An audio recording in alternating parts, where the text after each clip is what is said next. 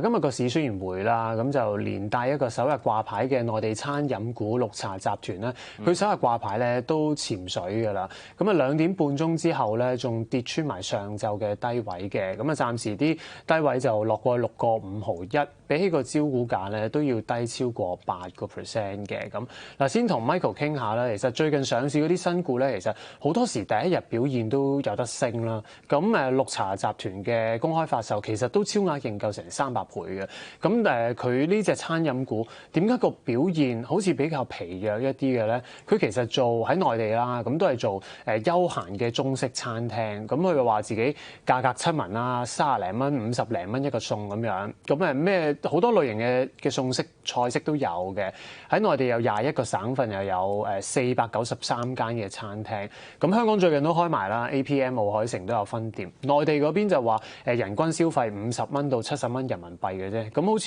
即係如果以佢呢一個咁樣嘅啲數字去上市嘅話，係咪第一日會潛水？有冇啲失望咧？都你話係咪失望咁？因為以往如果按翻近期嘅比例，即係做啲餐飲嘅股份嚟講，好多上之後咁，其實個表現都唔錯。但係唔好忘記佢哋好多都係做啲即製嘅茶品嘅項目為主啦。咁綠茶嚟講，我諗最主要唔好聽見個茶咁，但係佢真係頭先我哋都講得好清楚，就話佢都係真係做呢個即係食肆方面嘅項目，咁有參與。咁大家不其然就會聯想個估值咁，同埋即係喺個營運上嚟講咧，咁大家又會側翻去睇翻，譬如好似海底撈啊，或者相關做真係有店鋪食肆啲傳統嘅一啲嘅業務嘅模式身上，咁呢個都係比較關心。雖然即係佢講緊佢收嗰個單價或者各方面嚟講，其實都以內地嚟講，我諗算係合理啦，唔係話即係講緊即係比較好低端。咁但係始終我諗大家都會關心翻就係話而家人工個控制方面啊，或者係你話內卷通縮嗰個問題都未解決。咁所以個睇法個定位同真係話做啲之前可能做茶飲嗰啲股份有少少唔同，反而我諗就同而家大家版面見到百勝啊、海底撈啊呢一紮嚟講咧，就會睇得比較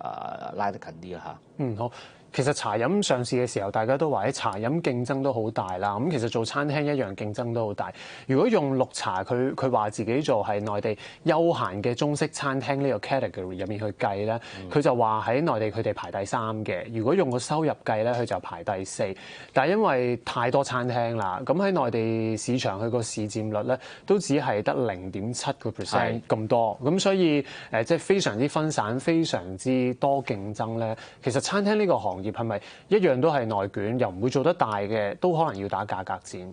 都會係㗎，咁變咗既要控制成本，但係亦都可能要係減價，或者起碼用一個比較彈性啲個價格策略去做啦。咁所以變咗大家都覺得向前看，或者即係你未來嚟講要提升翻啲毛利率啦，各方面嚟講其實係比較困難。咁同埋始終開鋪嗰啲嘅你話用呢個數量去睇，或者希望以個收入去行先，咁去做翻呢個嘅估值提升嘅模式嚟講，咁即係之前如果嗰啲茶飲股嚟講容易開鋪輕裝上陣，當然亦唔係話冇租金成本，但係比較上細間咁，或者推動各方面都係1-2個人手就搞掂啲本身 set up，或者甚至乎可能有啲用嗰個所謂 franchise 嘅特許經營嘅情況。咁但係綠茶嚟講，咁似乎就即係變咗都係好固有一啲嘅模式去run 去做個營運，同埋即係始終都難免受到嗰個成本方面而家都仲係，就算你點樣落翻去租金啊，或者各方面咁都有一定嘅開支喺度咯，所以呢個比較上大家覺得未必可以容許攞到個高估值咯嚇。係頭先你都講咗佢今日嘅估值啦，其實都比啲同業百勝中國啊、海底撈咧都係低少少嘅。如果用綠茶今日嘅大約45億嘅市值，除翻佢舊年嘅盈利計咧，個歷史市盈率12倍，咁百勝中國、海底撈嗰啲17啊、18倍嘅。咁依家佢揸住呢個12倍左右嘅歷史市盈率咧，如果睇佢舊年嗰個收入增加6.9%，然後個純利咧就升接近1成9咧，呢個估值合唔合理咧？係咪嗰個增幅同呢個 PE 其實差唔多嘅咧？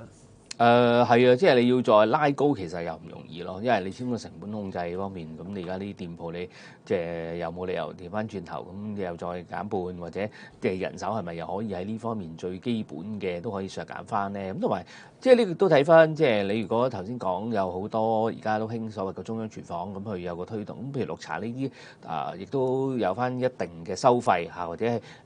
即係如果真係坐低咁啲客戶嚟一定要求都係以新鮮為主，咁亦都唔同話有啲嘅即係啲店鋪嚟講有啲預製嘅情況，咁出現喺佢哋嘅機會，我諗亦都比較上微咯。所以呢方面就話當然做做顧客嚟講，咁能夠即係比較上佢哋即製之餘有新鮮咁梗係好啦。但係即係如果作為一個投資嚟講，就係你越能夠控制個成本或者提高翻個同店銷售啊嚇咁啊，令到個毛利都上升，咁呢啲嚟講先至係佢哋希望見到嘅數字咯。